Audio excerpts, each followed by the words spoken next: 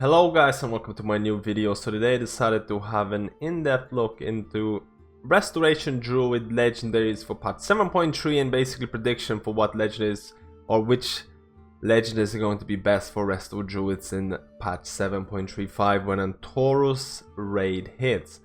Now by default, Pridus and Valence is like the default choice, the easiest choice of the combination of legendaries to use for basically any healing class out there. This combination is actually biz for a lot of healing classes, and it can be used in 5-man, it can be used in raids, it can be used in any kind of scenarios. It's kind of I don't know what the fight is going to bring, so I'm going to use the default legendaries choice. And after that you kind of get to choose legendaries based on the certain fights, based on the tiers that you have, based on the trinkets, based on the gear that you have to choose from, and things like that. Now what I've been really looking into in patch 7.3 and most likely going to be looking in patch 7.35 is the Chameleon Song legendary Helm for Resto Druids and how it actually works, the downfalls, the advantages, actually the throughput that it actually provides. Now before I'm actually going to go into the details of the legendary Helm, I'm going to kind of cover a scenario. When Antorus hits, when patch 7.35 hits, tier 19 4-set is going to be nerfed, and therefore you're probably going to be playing at least the start of Antorus with tier 20 4-set. You're going to be using tier 20 4-set, at least it depends how long it's going to take you to get the gear. Most of the mythic guilds will prioritize DPS for tiers, so there's a high chance that as a healer you'll have to wait quite a while to actually build your tier 21 4-set. So with tier 20 4-set, you'll probably be running Valence and Solo the Archdruid Ring. Solo the Archdruid Ring, which gives you Solo the Forest buff, works very well with talents like Prosperity, and overall it kind of requires a bit more micromanagement, but your wild growth becomes super juicy. So you most likely will be running a combination like that. Now keep in mind that in Antorus there's actually some amazing trinkets to choose from. First of all, you have to remember that there is going to be a legendary trinket, Amator's Vision, which is not going to take up your 2 legendary slots, so you can have 3 legendaries. This Amator's Vision trinket is insanely good for you. It's going to be item level 1000 if you get to pick it up.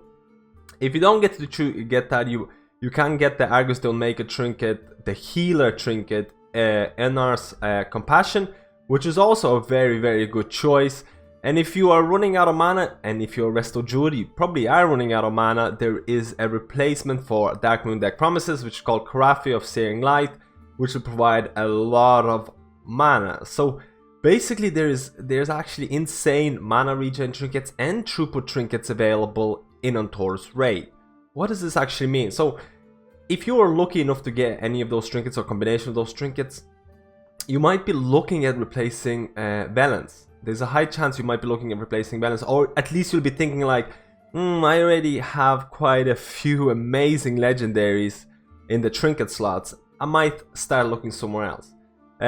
So for progression, Pridus is a really the legendary neck is very good choice for Resto Druids. Now this is where the legendary Helm comes in. The legendary Helm potential is actually very strong. The problem with it is that it's RNG based. RNG based anything for healers is always regarded as pretty bad. Now it's not completely RNG based because it is using a deck system. Deck system means that basically it does have a 15% chance to proc from your wild growths. So if you're looking at it in terms of deck system, out of 20 wild growth cast, 3 of them are absolutely 100% guaranteed to proc. So you're not like, don't think of it as if you're extremely lucky you'll get 0 procs. That's not going to happen because you're guaranteed to get a certain number of procs per certain number of casts. So it is controlled RNG. Another thing about the legendary Helm is that it actually seems to provide, at the moment, looking at logs at the people who are using legendary Helm, it actually seems to provide an incredible amount of healing.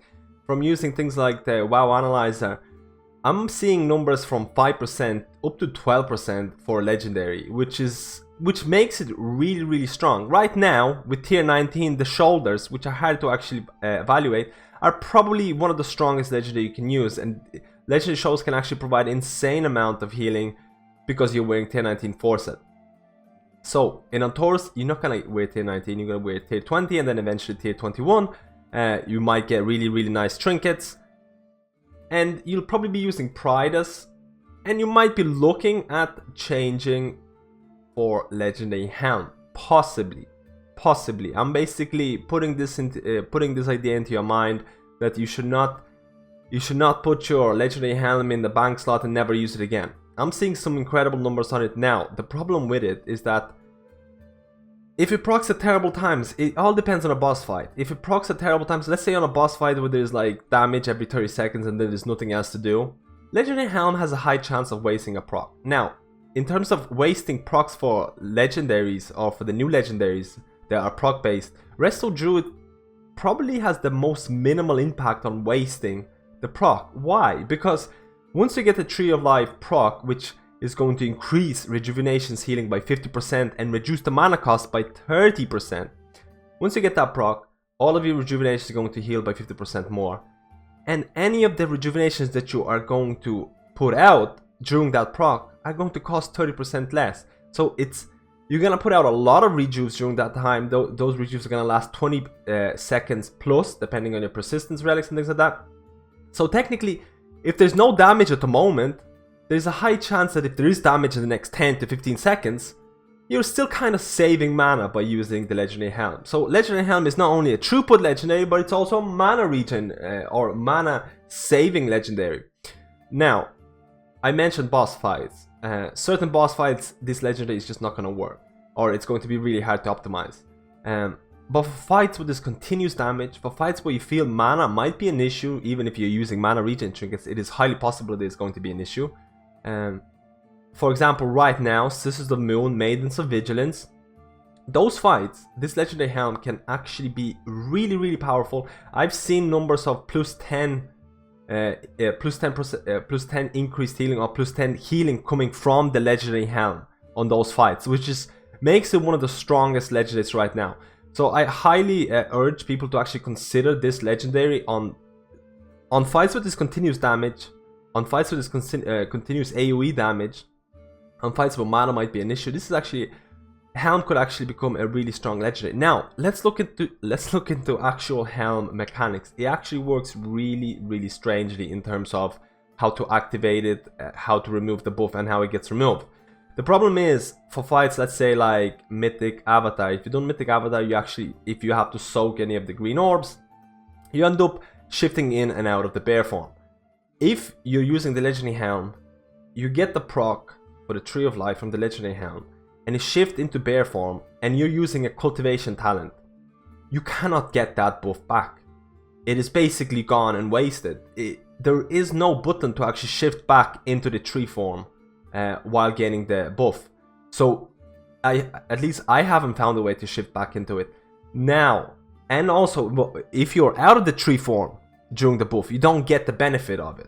So that's a big minus kind of towards the legendary, because if there's any fights where you have to, let's say, use Displacer Beast, or you have to go into bear form, you cannot do it during that proc because you're going to waste it completely.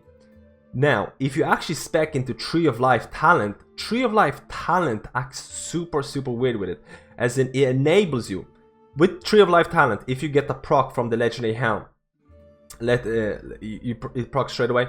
You can toggle in and out of this Helm proc using the Tree of Life button or the Tree of Life talent. It's not going to activate if the Helm procs and you click Tree of Life. It's not going to activate the Tree of Life. It's just going to toggle you in and out of the form, out of the tree form. So basically, if you feel you're using the Tree of Life talent and you have to go soak and it procs for you, the Legendary Helm procs, you can actually go into bear form, go out of the bear form, and then click the Tree of Life talent to go back into the buff.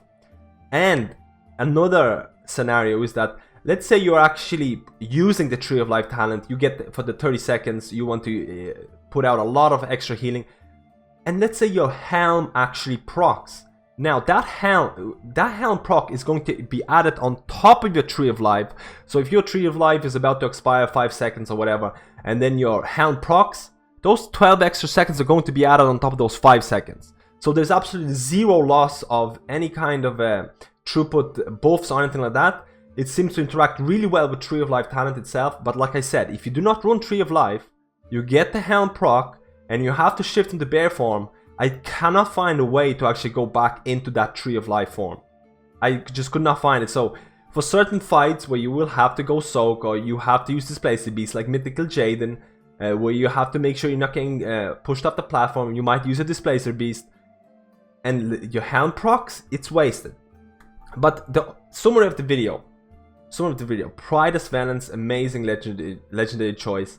With tier 21, I also have a video about the legendary chest, which is going to be linked in the description below if you want to see about a more detailed discussion about the legendary chest and how it's going to look like. It's looking to be like a mid-tier legendary, but for tier 21, I can actually see that Resto Druids with really good trinkets from Antorus raid, I might be looking towards using the legendary helm a bit more, especially if the boss fights allow for it.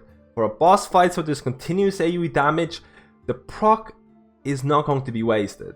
Now for every other boss, you're going to have to use your own judgment. But I'd like to thank you for watching this video. Let me know how you feel about Chameleon Song, the legendary helm for Resto Druids. Let me know how you feel about the legendaries coming into tier 21. Let me know how you feel about Antorus itself, and thank you for watching this little guide, and I'll see you next time.